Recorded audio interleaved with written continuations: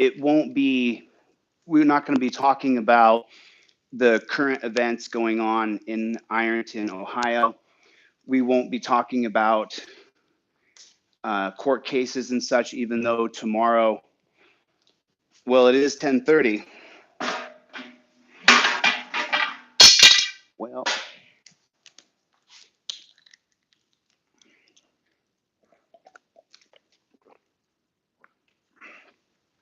tonight will just be a history lesson in exactly what the foundation of law means, what the foundation of law is about. A lot of people, they don't understand the passion for justice and for the Bill of Rights and for the Constitution. And so tonight, what I'm going to do is I'm going to teach you guys the very understanding of how America was formed, how America started. Give me 1 second. How's the volume on that? Can you hear that?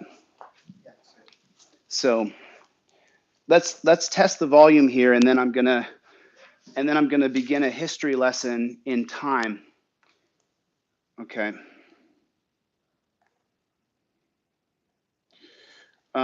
Hey, how's that sound? Hey, Christian Tealfon, you're welcome to go do whatever you want to do for the night, man. It's Sunday night. You should relax and enjoy yourself. This is going to be a history lesson, so there's nothing too super intense here that's going to happen. So this is going to be a history of time.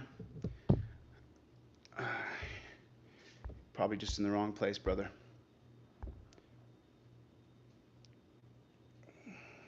There you go, dude. So, okay. So we're going to start at the beginning. I'll just give it a couple more seconds. I'll do some current announcements. So I'll kind of walk over what you see behind me here. So what you're looking at, and this is, how's the sound, by the way? Is the sound crackly or is the sound clear? Okay, so the sound's clear here. Okay, this is live 100%. I'm going to be teaching you guys the foundation of law. And what you see behind me is something that I created with Jeff Lloyd. And this is a history of the United States, going back to 1776, and the next one will go back further, going all the way down to 2022. And that's a timeline. And some of the faces that you're going to see on the timeline, these are historical icons throughout the history of time who've had a gigantic fundamental impact on how our world, on how the nation was formed. And so that's what makes people like myself extraordinarily passionate. The civil libertarians who understand the Enlightenment thinkers, John Locke, Jean-Jacques Rousseau, and Montesquieu. And when you understand these men's teachings, then that is what brings the passion of understanding the rule of law, and why I'm so adamant on living by the rule of law, and that there are laws and that we follow them. I'm all for it. And I know that some people say I'm a statist or I'm nothing like that. So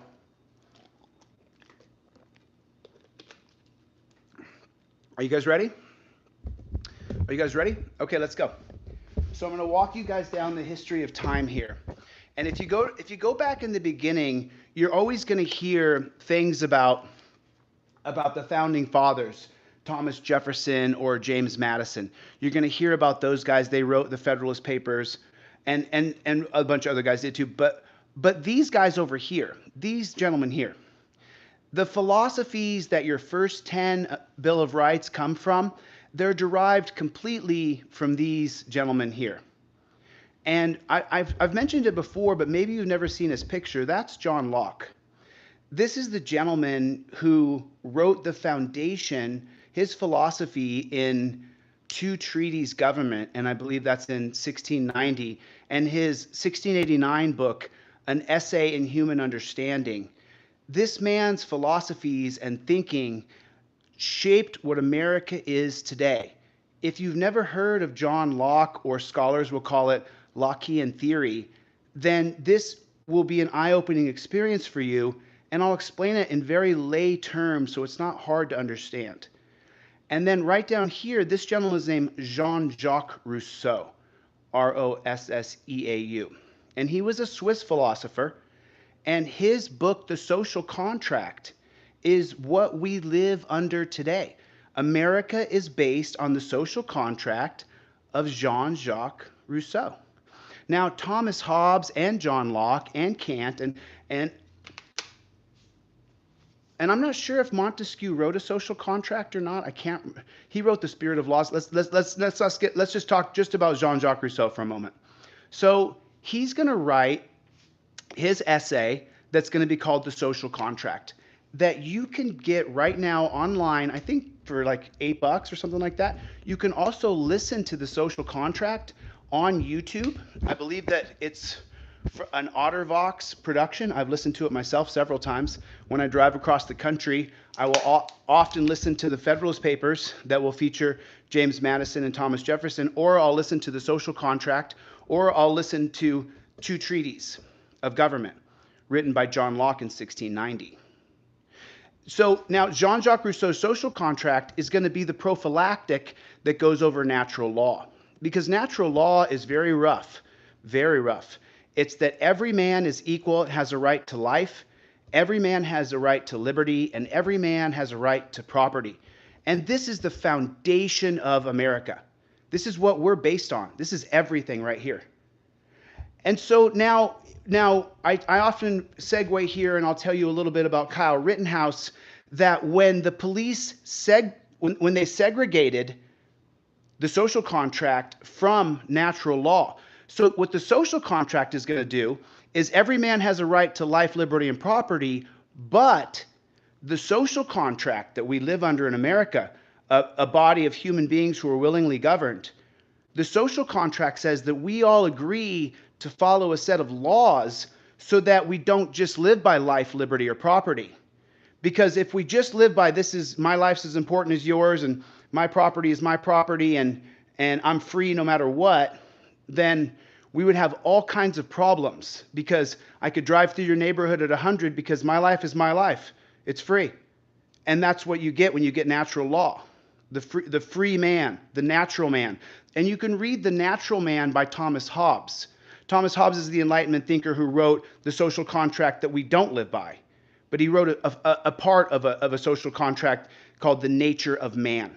And if you want to learn about how man is seen through the eyes of history, the natural man is a brutish beast. So I'm getting off track here. But here's the point. So you have the rights to life, liberty, and property, but we all agree to live by laws. So if you come on my property, I don't just get to kill you because you came on my property.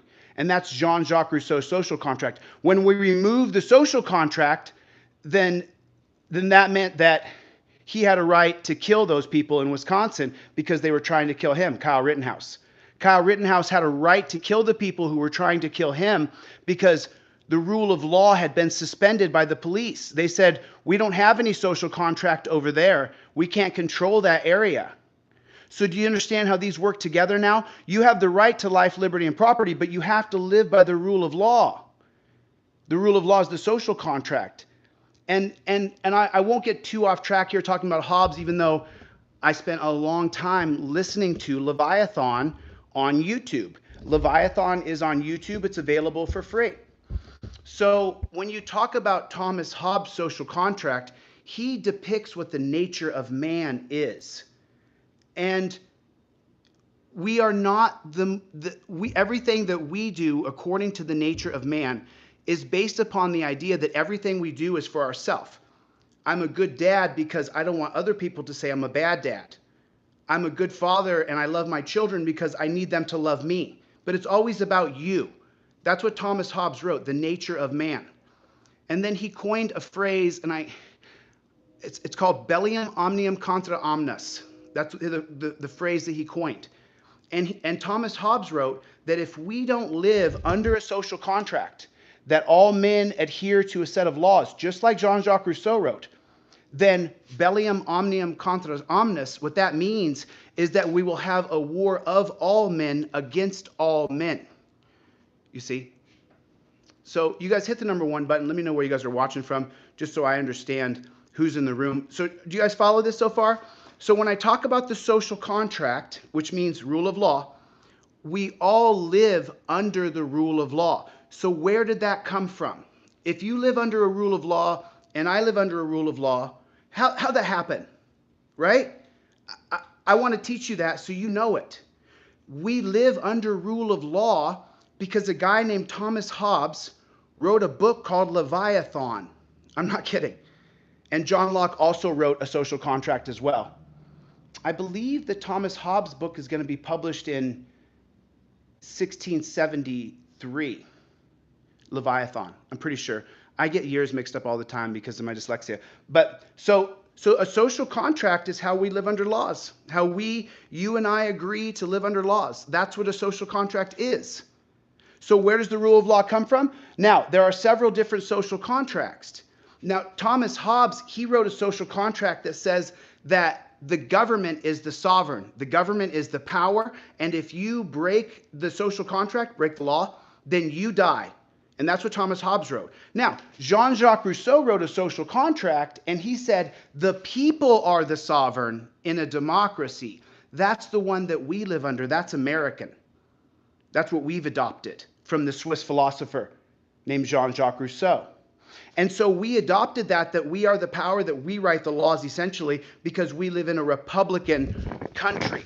Republican meaning that we elect representatives from all over the country and they represent our interests, be in Florida or California. And so we live underneath of that's right, it's a federal republic or a constitutional republic. Some people call it a democratic republic, but we live under a republic. Each state is its own government. That's what a republic is. So now follow me here. This is super important for you to understand how these first 10 amendments end up being absolutely everything, the Bill of Rights, for you and for me. So now Hobbes writes a social contract in Leviathan that says the government is the sovereign, they are the absolute, they're the power. Jean-Jacques Rousseau writes one 100 years later and says, no, the people are the sovereign. That's what we live under. So it's important you understand that. Now, when you live under a social contract, that creates the rule of law. That you and I agree to live under laws so that we don't follow Thomas Hobbes' version of reality, bellium omnia contra omnes, a war of all men against all men. So we agree to live by law so we don't kill each other. And the example I gave yesterday was that if your daughter's out on the road and she gets hit by a car and there's no rule of law, how do you get justice? You kill each other. It always devolves into violence. So now those are the first two philosophers that are going to create eventually the United States government. Those are the first two. But there's a third man who is as equally influential in understanding our Bill of Rights and understanding freedom than all the rest. And he's Charles de Montesquieu. He only went by Montesquieu. That's how famous he was. And by the way, if you try to read The Spirit of Laws or you try to read Leviathan, you might want to have a tutor because you can't read his writing without, it takes a long time. He's smarter than you. He's a lot smarter than you. And so his book, it's a 16 volumes or 29 volumes? You can listen to it for free on YouTube. And you have to pause it and go back and listen to it again. And his book, The Spirit of Laws, will create checks and balances in government. That there's going to be an executive, a congressional, and a judiciary branches of government. You see, so now this is the foundation of our country. Any cops out there watching? Your job, according to Locke's philosophy of the social contract, according to Jean-Jacques Rousseau's concept of the social contract, is to do one thing and one thing only, defend the rights of the citizens. That's what your job is to do as a cop. And if someone does something that's against the Constitution or your God-given rights, then you're supposed to stop that. And that's why you solemnly, individually swear to uphold the constitutionality of law. And the constitutionality of law means natural law. Your liberty's number one. Number one is liberty and freedom. That's his philosophy, John Locke's. Liberty is far-reaching. Put that into your search engine. Liberty is far-reaching. And then because natural law doesn't have rule of law, the social contract's going to put a rule of law over that. And then Montesquieu's book's going to come out, Spirit of Laws, and that's going to say put checks and balances on that power. Because when you have a social contract rule of law, there has to be someone in authority. So Montesquieu says split it up into 3 different sections. He literally writes that in his book, Spirit of Laws. Spirit of Laws comes out in 1752. The Declaration of Independence comes out in 1776. So figure that out. Did Thomas Jefferson and James Madison plagiarize? Yes. Was it considered flattery? Yes. It was not considered plagiarism. It was considered, and by the way, James Madison is going to be as smart as Einstein. An alpha male of the mind. He's far smarter than you and me. 5'4", 100 pounds, but far smarter than you and I put together.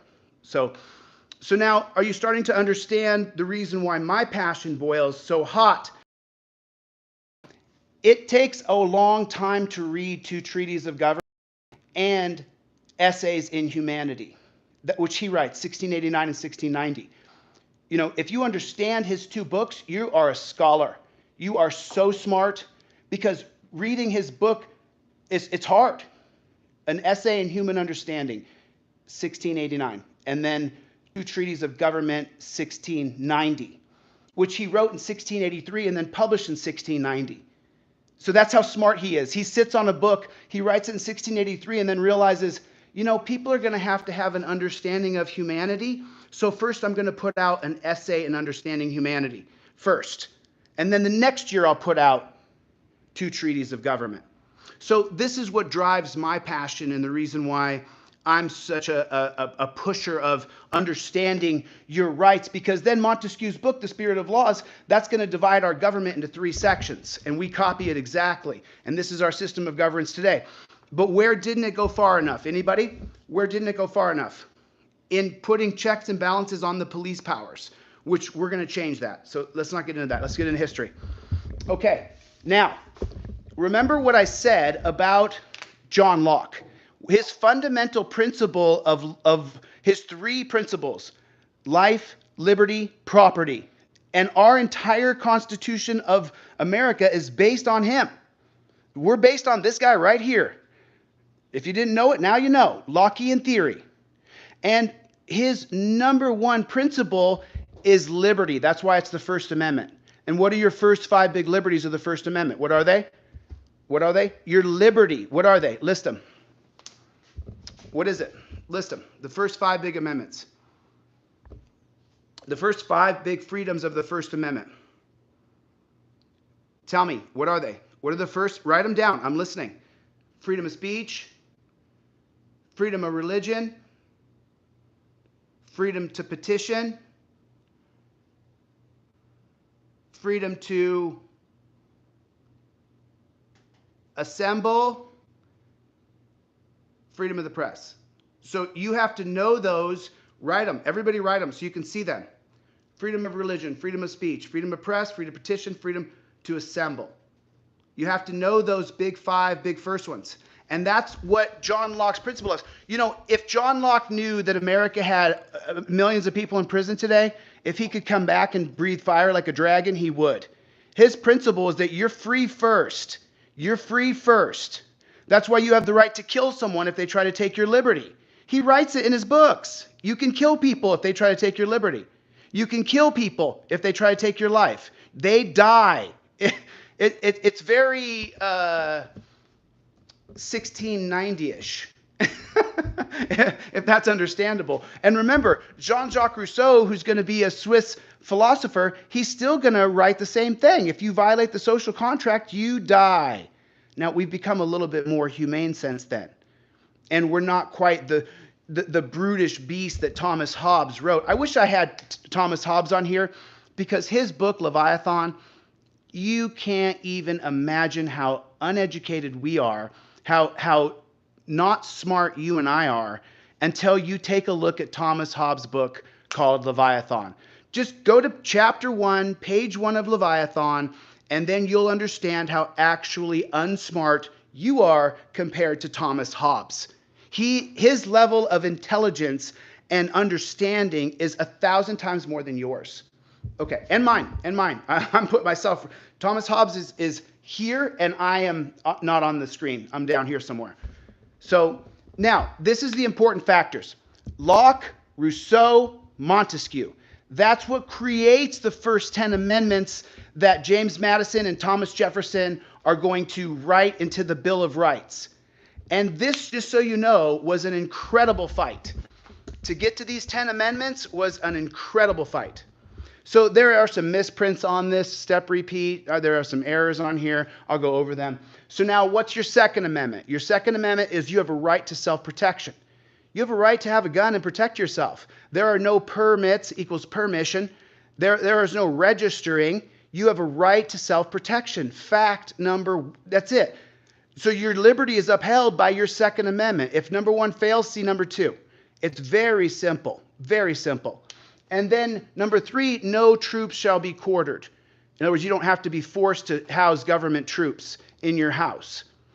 And then number four, the big Freedom Amendment. This is your freedom standards, and it's your Fourth Amendment. And then as you guys will be able to see, yo, frickin' media, love you, buddy, good to see you. I got to keep going.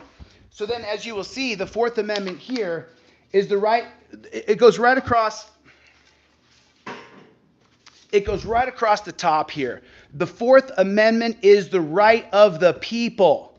The Fourth Amendment is the right of the people. Do you understand? It's your right. It doesn't belong to the government. It belongs to you. It's the right of the people. And it breaks down very simply. To be secure in their person, houses, papers, and effects against unreasonable searches and seizures shall not be violated. You have the right to be secure in your house.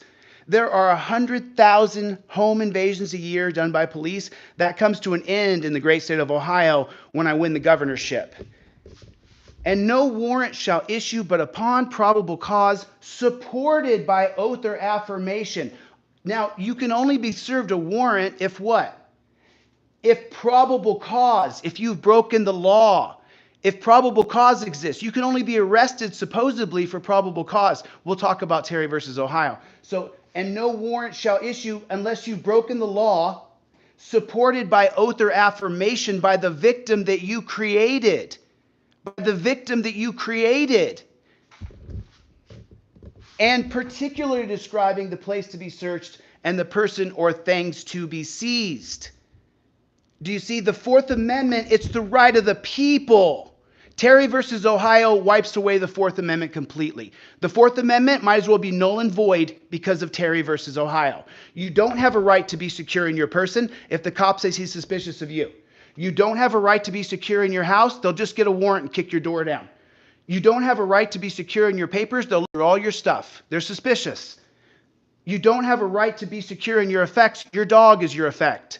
Your dog can be killed by the police, and that's called a seizure. No unreasonable seizures. If your pet is killed by the cops, that's a seizure.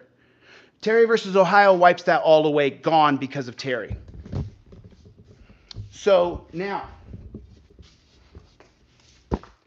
the Fifth Amendment. You have the right to remain silent.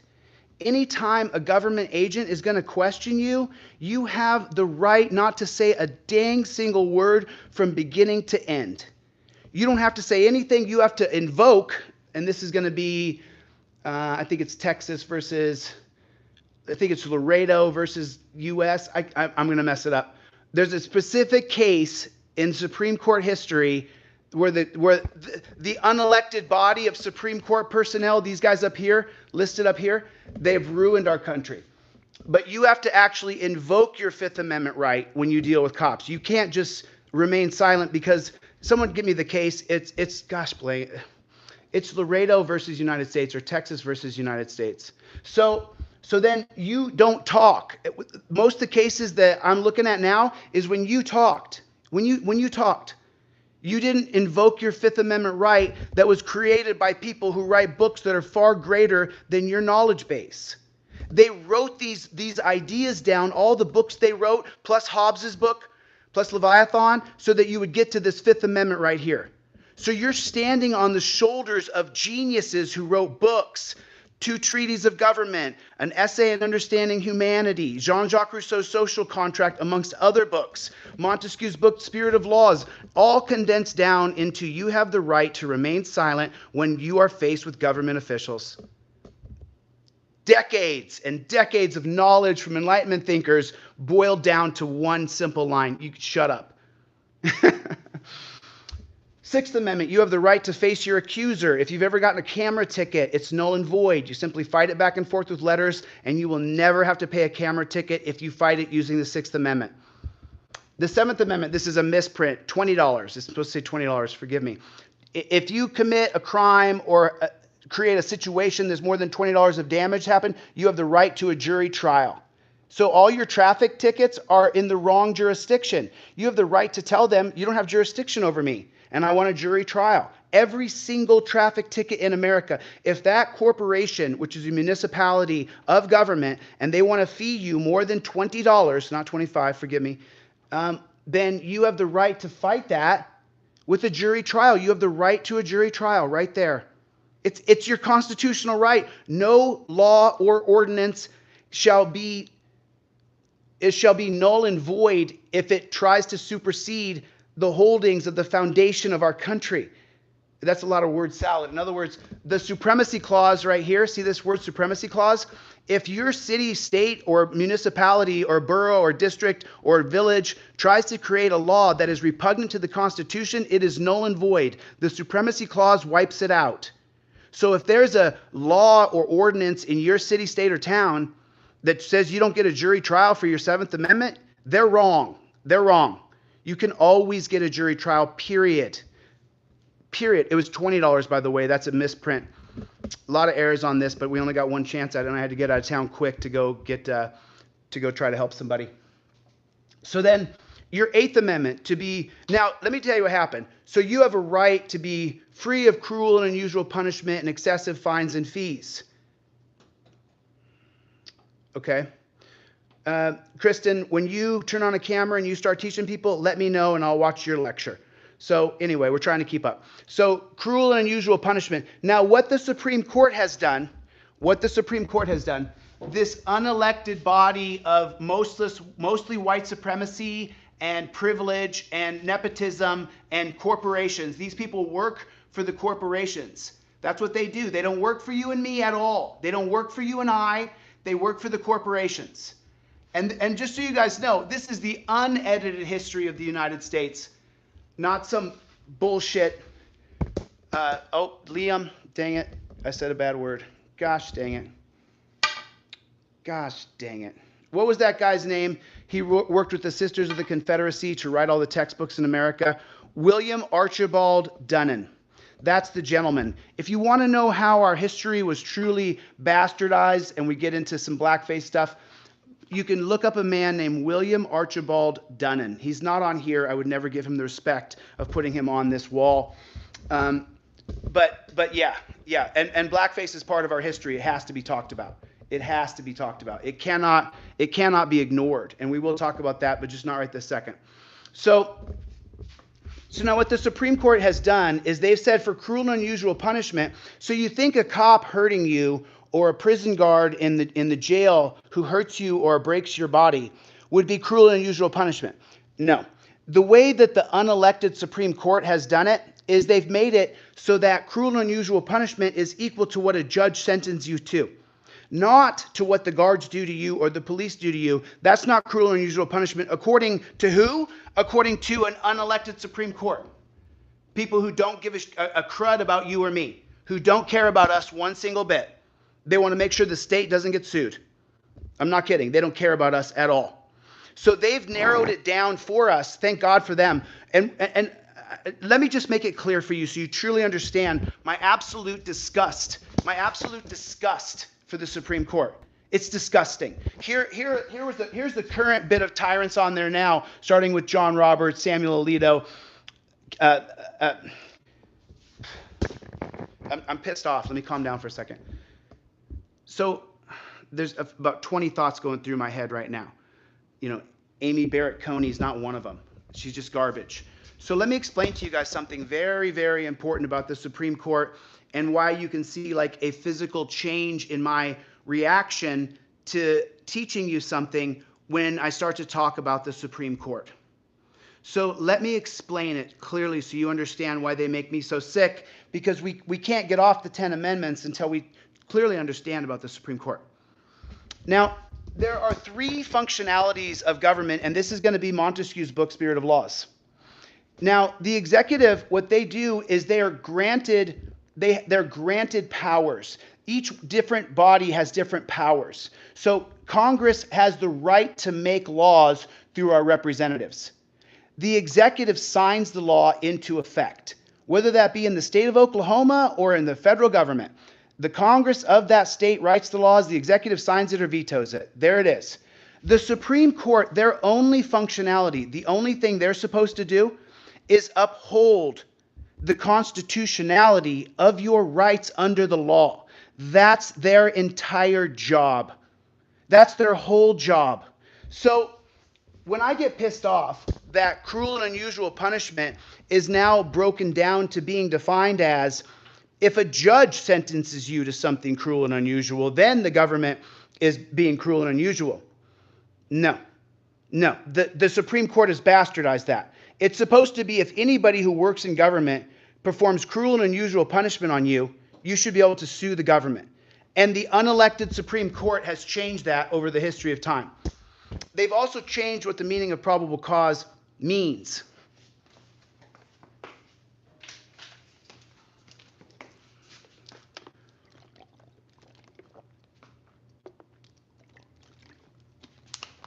You guys following along?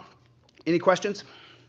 So now let me finish here because we're going to get through these first 10 amendments.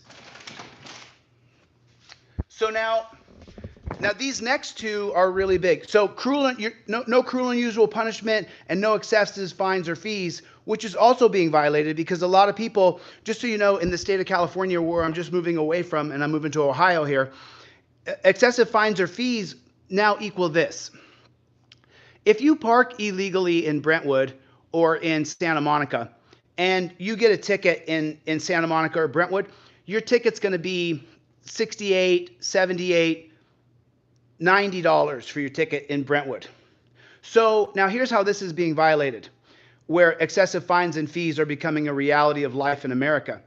If you can afford that $90 ticket, then great.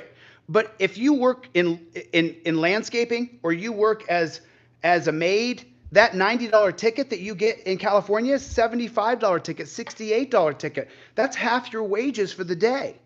But if you're rich, you don't care because it doesn't affect you at all whatsoever. You park wherever you want.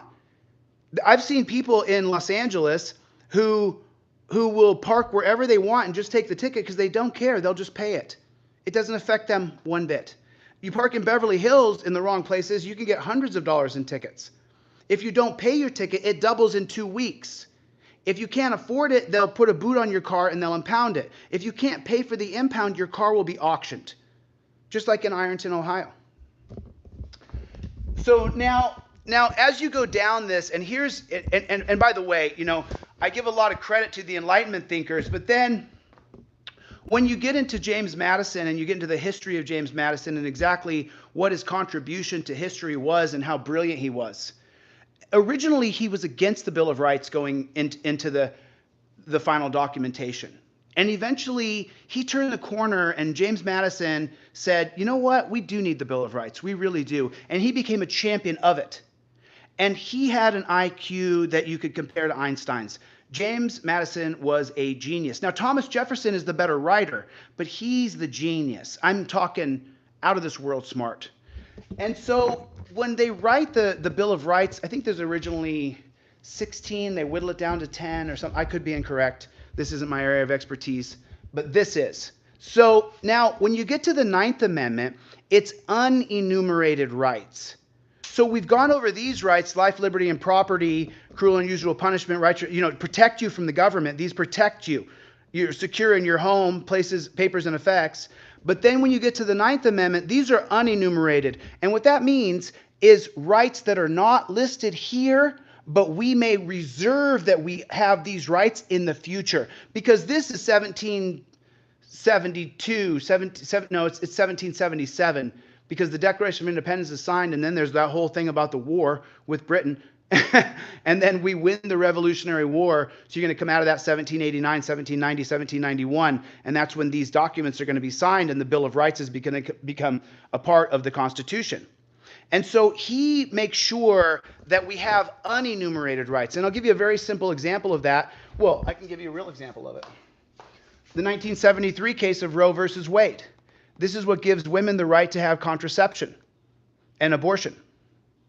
No, the 1960, man, I haven't pulled this thing out in so long. So Roe versus Wade is what gives the right for women to have an abortion. And so that's going to happen, and it's going to be listed under the 9th Amendment, unenumerated rights. You have this right that's not yet listed, because back here, James Madison said, well, here's what we know, but what don't we know? We know what we don't know, right? You'll hear me say it all the time. I only know what I know, and I don't know what I don't know. And so he said, well, let me give you another simple example that everybody can understand. Say that the world is melting, and we're 70, 100 years in the future, and we have to go to Mars, or because planet Earth is going to melt. Just give it some silly thing.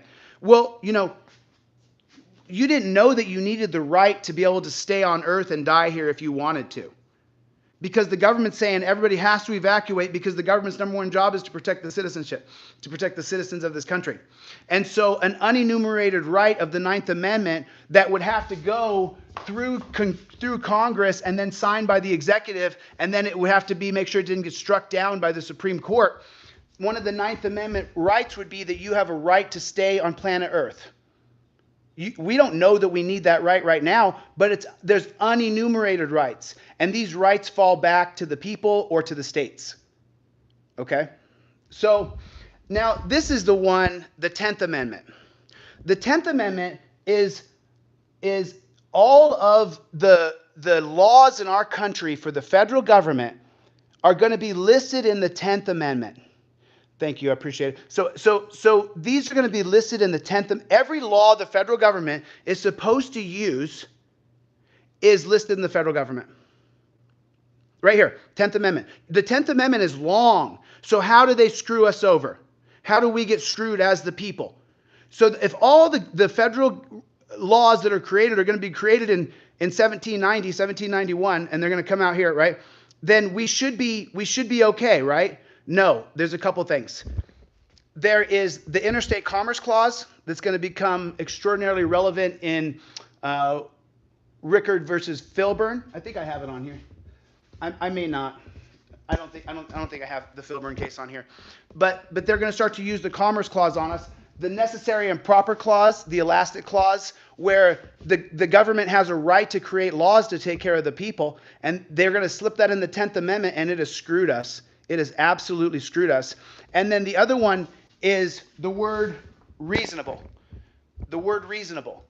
It's like in the 4th Amendment. To be secure in their person, houses, papers, and effects against unreasonable searches and seizures. Against unreasonable. That's how we lose. That's how we lose our rights, on the word reasonable. That's how these unelected people here, how they screw us over on our rights. They totally screw us. I'm telling you. Let me give you an example. Let me give you a real world example of how the Supreme Court has made sure that we live in a police state, prison state. And this is something you're all going to be able to understand. It's really simple. You don't even have to be very smart. You can just look at a graph. Okay? So now if you take a look at this line right here, you see this white line, the white line that goes all the way back there. And I give a really long lecture about 4 months ago on the history of prisons and the history of incarceration in America. But this prison line right here, do you see it? And then right here, you can see how the prison line, what happens? The prison line, it's not a mountain, is it? It's just slowly, right here is prohibition, by the way. And then as you go down the line, look what happens right here. Oh my God, what happens? How does prison do this? How does that happen? How does that happen? That's pretty insane. You just take a look at it, prison does this. and we end up with a bunch of men, mostly men, who are disassociated, who are outcasts. So how does that happen? The Supreme Court did it. You know, my disdain for police is because you have to have a man who's willing to do those horrific things to you that I would never do to you. So that's my disdain for police. But the true problem goes back to the Supreme Court. So now I'm going to give you a very specific example. I told you how we get these first 10 amendments here, and all laws by the government are going to be listed here. And I explained to you how you're standing on the shoulders of giants and their thinking, and how we understand the Bill of Rights and our founding to be based upon these basic philosophies of liberty, law, separation of powers. Liberty, law, separation of powers. So now I want you to understand something. When you take a look at the prison graph, you say, well, what the heck happened here? What happened? Well, Terry versus Ohio did. Why do you guys think everything I have is about Terry versus Ohio? Terry versus Ohio happens right here. Here's Terry versus Ohio. There it is. There's Terry versus Ohio. And there's the prison population after Terry. What happened? What happened? Did people who had come out of the Industrial Revolution, went through the Lochner era of the Supreme Court, who traveled across and homesteaded through the West and savagely took the lands of America, and then eventually became a civilized society. We went through the entire civil rights movement where hundreds of leaders died just to have the basic same liberties espoused by John Locke, that all men are created equal. That's where that comes from. Okay, and so when you get to here, you go, what happened? After all of this, we fight for our freedom to be free, then what happens here? Well, the Supreme Court decided that cops can run up and talk to you and grab you if they're suspicious of you. That's Terry versus Ohio. Now you understand. Now you understand. Now you understand. You see, every principle of liberty that John Locke espoused and that he talked about, and the rule of law, and then how James Madison and Thomas Jefferson and this piece of garbage, John Jay, in the Federalist Papers, when you read his writing, they espouse over and over how a federal republic is going to protect the rights of the people. It's going to be amazing, okay? And instead, what do you get? You get an unelected Supreme Court behind the scenes that no matter what the Congress writes and what the president signs, they say it's unconstitutional. They ruined our country from the beginning, and they continue to ruin our country. I'll give you a quick rundown. The Dred Scott case of 1857, Dred Scott case happens 1857, where the Supreme Court, a bunch of Ivy League unelected personnel, they say that Dred Scott is not a man, he's property. What does that do? Kicks off the Civil War from 1861 to 1865. That's why we went to a Civil War. People will tell you it's over tariffs. That's a lie. That's a lie. The 1852 book of Harriet Beecher Stowe's book, 1852, Uncle Tom's Cabin, and then plus the Dred Scott holding, we went to war. Why'd we do that? The Supreme Court did it. Let's keep going down the line. Plessy versus Ferguson in 1896 creates legal racial segregation. Legally, you can segregate people, and if they don't follow what you say, you can beat them and whip them and do whatever you want to them. This is after slavery is abolished. Plessy versus Ferguson is decided by who? The unelected Supreme Court.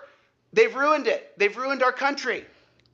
And what happens? This lasts all the way until 1954. Brown versus Board of Education. Okay, but then what happens here? 1926 case of Corrigan versus Buckley. The unelected Supreme Court says the black folks can't buy any property in any area that's going to do any good. And so what happens? You create a black criminal class. Because Jean-Jacques Rousseau warned. He said, listen, if we create a social contract and we live by a social contract, you're going to create haves and have-nots. And the people who have not are going to create criminality. This is his writings, his thinking. None of these things I'm telling you belong to me. These are people who are far smarter than me, and I'm telling you what they said. And so in 1926, the unelected Supreme Court, they say black folks can't have houses where other white folks have, and they cut them out of economic prosperity for 100 years, and it's still going on. But let's talk about recent stuff so you guys truly understand the magnitude of how bad the Supreme Court is. So everybody celebrates Ruth Bader Ginsburg and Scalia. Now, I ride him rough because he said he's a textualist. I've read their cases. I've read all their cases. So when you get to Ruth Bader Ginsburg, this champion of equality, she's not. She was the captain of gender equality, where men and women had the same rights. Matter of fact, one of her most famous cases is where she sues the federal government because they won't give the male counterpart, a woman's a lieutenant in the army, in the military, and they won't give the male benefits, spousal benefits, and she wins the case. It was for a guy. She wasn't. And then Scalia, everybody talks about Scalia, what a great writer he was. Well, read his work. Read the holdings he does. Horrific. So now let me show you guys a little microcosm. Remember what we were talking about? We were talking about this prison system, how it went like this after Terry. And what's the number one reason why someone goes to jail in America? Marijuana. Number one reason? How come? Why do you go to jail? California, marijuana. New York, marijuana. Florida, Texas, Tennessee, Nebraska, South Carolina, North Dakota, Iowa, marijuana. Number one reason why someone goes to jail in America. So now you have to really, I'm not going to break this. I'm not going to hurt your, this will be easy to follow. Remember what I told you? Congress uses the 10th Amendment of the Constitution, and they use what's called the Interstate Commerce Clause to create laws.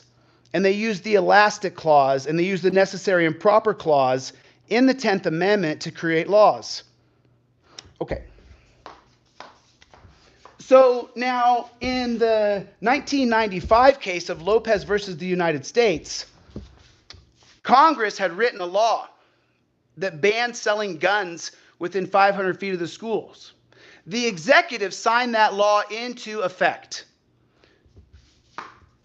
The Supreme Court said, nah, no good. We don't think it's good. And Scalia said that's no good. And Ruth Bader Ginsburg said, yes, it's good. It's a law. All liberal politicians, or all liberal Supreme Court justices, if the Congress writes a law and the executive signs it, they're for it all the way. All liberal judiciaries. All conservative judicials strip away your gun rights. These guys work against your gun rights consistently. Conservatives have stripped away your gun rights. I can prove it, but let's stay focused on the marijuana thing. I can prove it with case history. So now let me explain this to you. In Lopez versus United States, this is to base the constitutionality of the law. Can you sell guns within 500 yards of a school? And the conservative justices say, no, we're going to strike that law down, and it gets struck down. And Scalia says, hey, the 10th Amendment says that the laws are already listed. You can't create laws around guns because you don't like how guns are going in America. He's actually right. I agree. So then in the 2000 case of Morrison, remember on Lopez, these guys vote against each other. She votes for the law. He votes, get rid of that law, and he wins. It's 6-3, Lopez. And so then in the 2000 case of United States versus Morrison, what happens? Congress writes a law for the Violence Against Women's Act in United States versus Morrison. The executive signed that law into effect. The Supreme Court determines the constitutionality of law. In the 2000 case of United States versus Morrison, the conservative court says, hey, listen, you can't create legislation using the Commerce Clause for the Violence Against Women's Act because that's a violation of the people's constitutional rights because all laws that the federal government can make are listed in the 10th Amendment. I'm going to strike that down. And she says, no, Congress made a law, we keep it. Well, he wins, she loses. 6-3 again, U.S. versus Morrison. The Violence Against Women's Act is struck down because the Supreme Court said so. That's how it works. Okay? Now, in the 2005 case of Gonzalez versus Reich, remember, the number one reason why anybody in America goes to jail today is for marijuana. Marijuana. And, in the 2005 case, this is where a woman named Reich sues Attorney General Roberto Gonzalez, who is in the George W. Bush administration. She sues him to grow homegrown marijuana because the law that she sues him over says that the United States government has created the law using, guess what? The United States Interstate Commerce Act in the 10th Amendment. And so what happens here is it goes to the Supreme Court. Remember, who wrote the law that made homegrown marijuana illegal? Your Congress did. The people who you elected wrote a law that said marijuana is illegal using the United States Commerce Clause. The executive said, yeah, let's use the Commerce Clause. Homegrown marijuana is illegal. And the Supreme Court, he's voted that you can't use the Commerce Clause here. He's voted you can't use the Commerce Clause here. And then in 2005, he says, you know what? I'm going to uphold the law. And you know why he does it? He says that we're not using the Interstate Commerce Clause. We're using the states' rights to create legislation to be able to police their state. He's using something different. He says it's not the Interstate Commerce Clause. And you know what she says? Yeah, it's a law. Let's uphold it. Since 2005, because of Gonzalez versus Reich, millions of people have been drug off to a dungeon because these two J-offs, because these two people who have nothing in common with you and me voted to make sure that marijuana would stay illegal. That's what they did. Remember, these two were frickin' frack. They were best friends, right? I started telling people in June of 2021 she was a racist. It's come out she was racist. All you have to do is read her holdings. All you have to do is look at her whole lifestyle. She was terrible. But people celebrate her because she's a woman. We've lost ourselves. We've lost ourselves. It's ridiculous. So now we have a basic understanding of history. You understand the foundation of law now. You understand how laws were created. So why are laws created? Laws are created to protect your rights. The rule of law is to enforce upholding your rights. Montesquieu's checks and balances on power should include police powers over the people. His books were incomplete. Who am I to talk about Charles Montesquieu? I'm nobody to mention his name and tell him what he should have written. Trust me, I'm not on his level. So, Mr. Montesquieu, Allah, you're the best, dude. But we have to have checks and balances on police powers as well.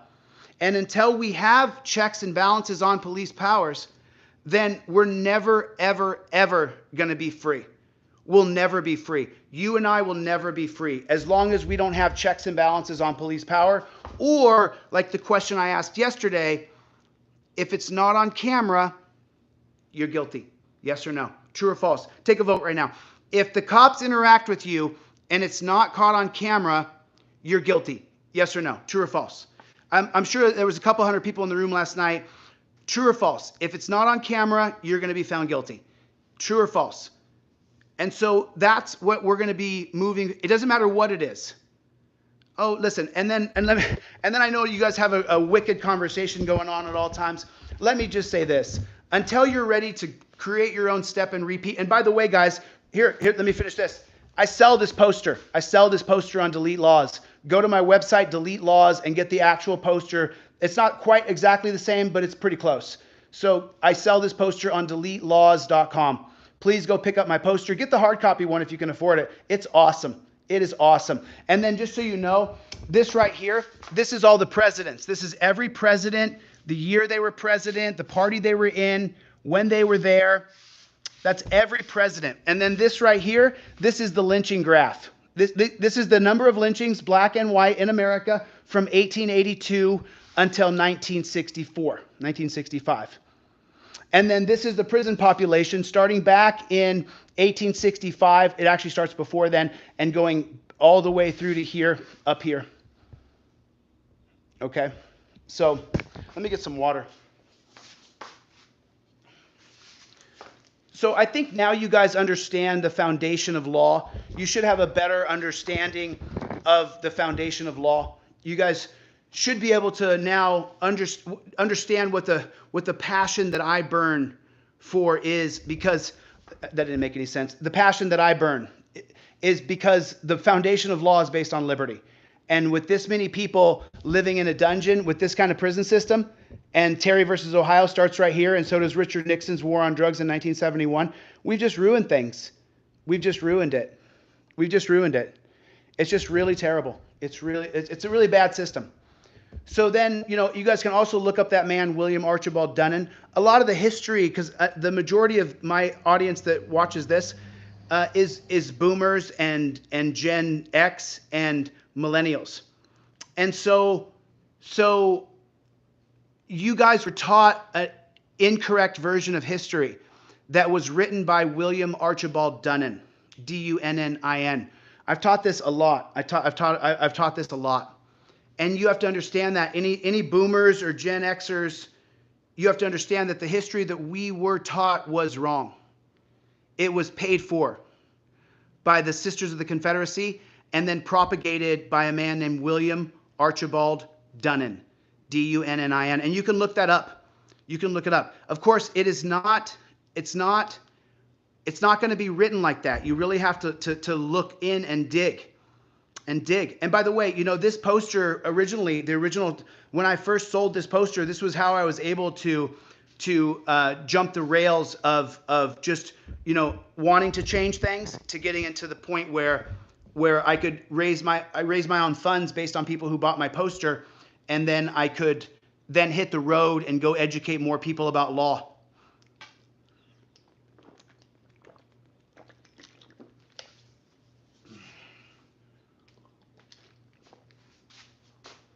So I do sell this poster on DeletelawZ. I just don't sell a lot of them anymore because I don't teach on it very much anymore. But I do have a lot of lectures, and if you go back to the beginning of my YouTube page, I have a lot of lectures using this outline or using the one in my office that I built that was 25 feet long with Jeff Lloyd. And just so you guys know, the people, the people who are for change, the people who come here because we're on a mission for change, you're going to have a large group of people who are going to hate the idea of change. Fundamentally changing this system away from violence, going to peace and justice through transparency. There are people who love to see anybody who they consider criminal to get hurt by the cops. There are people who love violence. They love it. They think that criminality should be punished with a harsh fist, and it's just not working. It's not working. And all the cops, you guys are done. There's a new system coming, and it's coming right away, like in the next couple of days.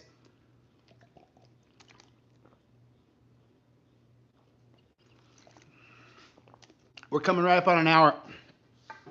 I have a conference call with Sarah Page and another friend of mine on a conference call here in about 5-6 minutes. So I have limited time, and then I got to bounce.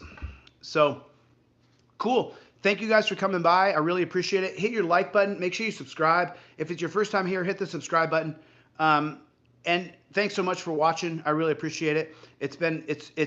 This is how I started on social media in June of 2021 when my friend Jeff Lloyd funded my office, and I was able to get this accomplished and build this big timeline. And so this is how I first started. This is how I very first began, was teaching what I called was the history of institutional racism in America, because the laws that were created against us that Ironton is suffering from today, the laws created that the town of Ironton is suffering from today are based on racism. And I would say that I'm as conservative as you could be, considering that I think that all gun laws should be wiped away. All permits, all registrations of guns should be washed away. You should never have to register a gun with this government. Never, never, never. You should never. It's ridiculous. Your rights are being infringed like crazy. It's just insane. It's insane. Yeah, it's not about race anymore, you guys. So those of you people going, oh, he's a liberal, he's talking about race. The laws created against black folks, doesn't matter what color you are now. Terry versus Ohio created against black people. Now it's applied to everybody. We just saw lick the whole boot. Lick the whole boot's not black. So we just saw the Terry stop. We just saw that. All right, listen, I'm coming up on 1 hour. I said I was going to get off this thing in 1 hour. Thank you guys so much. Remember, go by and pick up my poster. I have an e-poster as well, so you don't have to want to have a hard copy and put it in your house, or you could download that, get it printed out. Thank you guys so much. America is not a racist country, Jenny. That's not what's racist. The Supreme Court is racist, and they created racist laws, Jenny. Whether I like that or not, whether I want that to be true or I don't want that to be true, the Supreme Court created racist laws. They created racism. This unelected body here, that's why I have the stick, because sometimes I get too contorted. This unelected body here, and you can see this on your poster if you get a digital poster. You can see it. They've ruined our country. They've fundamentally ruined our country. They really have. The unelected Supreme Court. So, okay. We have to fix it. Our generation is forced to fix it. Yeah, the government has been racist. Listen, I don't care if it pisses off my conservative friends or not. It's a fact. And also mandates to try to stop you from having a chemical called alcohol, to try to stop you from having marijuana. And marijuana wasn't for the mandate, even though that's why they created laws using mandate and racism. Actually, marijuana was criminalized so that big business didn't have to compete with it. Plastic, pharmaceuticals, newspapers, wood, energy even. The oil companies didn't want to compete with hemp. So that's why marijuana was criminalized. Okay. Thanks for coming by. I'll see you, brother. Take care of yourself. Yep. Okay. Okay. I'll see you guys soon, man. Thanks. I appreciate you guys coming by. God bless you. Make sure you like, subscribe, and share. Hit your like button. And then whatever. I got to get out of here. I got stuff to do.